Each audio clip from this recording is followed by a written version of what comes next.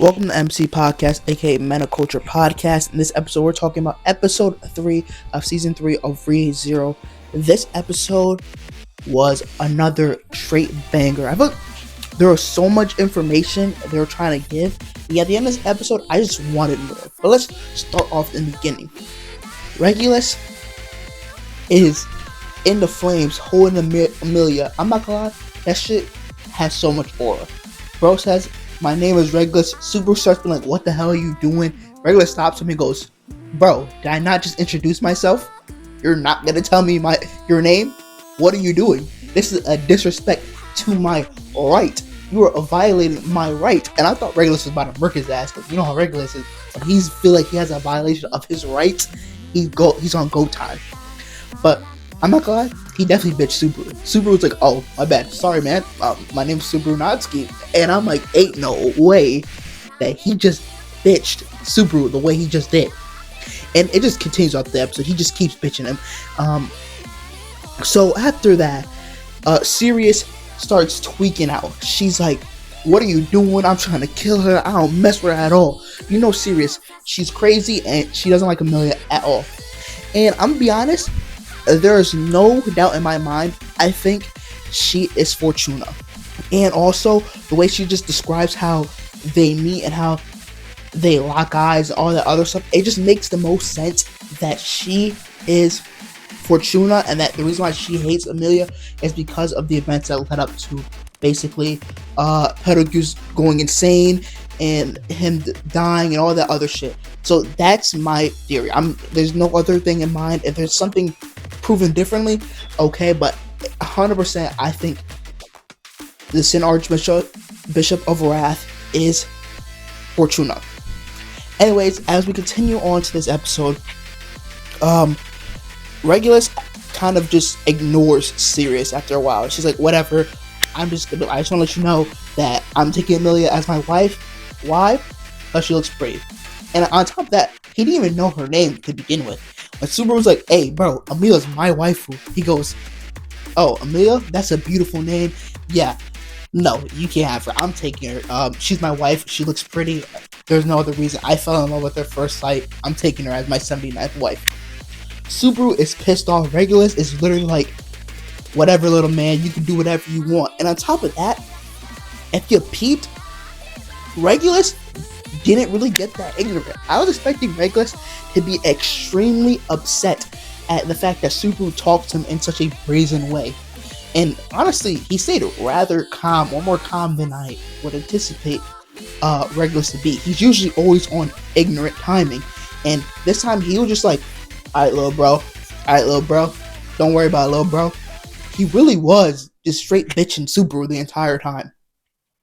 And then when he goes on and leaves with Amelia, he goes, "Oh, well, since you were kind of rude to me, and I didn't really appreciate that, I'm gonna get you with a get back. But it would be unbecoming of me, and would be a violation of your rights if I didn't invite you to the wedding, though. So I'll consider it." And it cuts off half Subaru's leg. And then another part we gotta mention too is that Sirius thinks that Subaru is Pedagog's because he used the unseen hand, and then she kind of just goes crazy and starts talking in total nonsense, and she leaves as well. And then that's when Subaru kind of gets knocked out. Everyone is kind of still tweaking out from Sirius's ability from feeling that intense emotions, so everyone basically passes out, including Subaru, and Beatrice has to try to heal everyone. The next part of the episode goes into Garfield. And honestly speaking, I initially thought I wouldn't be interested in this part of the episode, just because of the fact that I was like, Garfield, I mean, he alright, he cool, but not my favorite character. They did a great job at honestly developing his character and showing like the trauma and the, I just seeing his mother and his lack of strength that he feels like he doesn't have. And, he meets someone that looks like his mother, and later on is confirmed to be his mom, but she happens to forget her memories due to the accident that happened that we saw in season 2, basically the carriage falling and her getting caught up in a mudslide. She ends up losing her memories. Garfield finds out, learns basically she is his mother, and honestly is trying to act tough, but Mimi is basically there to tell him like, yo, it's okay to cry. I'm not gonna lie, she was a W woman's right there. She's like, look, you can cry, you can lean on me. And you gotta really think about it. Garfield, both of them are still kids, basically. I'm pretty sure both of them are, I believe to be, are 14 years old. So like, Garfield crying and like, wanting to see his mom and be acknowledged by his mom is understandable feeling. And honestly speaking, they did a really great job at this emotional moment. It was actually really sad. And I'm not gonna lie, you could definitely see a couple people crying from this, because they really did a phenomenal job really pulling your emotions. It made you look at Garfield and finally see him as like a little kid, like act his age. Garfield always tries to act tough all the time, and you can see now that he's acting his age. That was a phenomenal part of the episode, 10 out of 10. And then finally, we get to see, or here we're gonna get to see the Sin Archbishop of Lust, Capella. I'm not glad I don't know her full name, but she starts just talking shit on the intercom saying, yeah, this place, Persilistis, whatever this county, this town, we claiming this now. This the witch cult claims this place.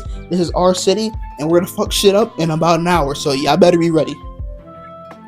And Subaru finally wakes up, and they all had to kind of have a meeting. All the candidates to be queen and shit like that, have a meeting, basically deciding what they're gonna do next.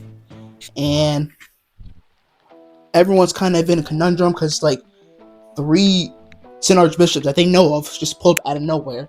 Gluttony pulled up 2 as well, but I'm not gonna lie, his part was really insignificant. He killed a couple people, and I'm not gonna lie, Otto may be dead too.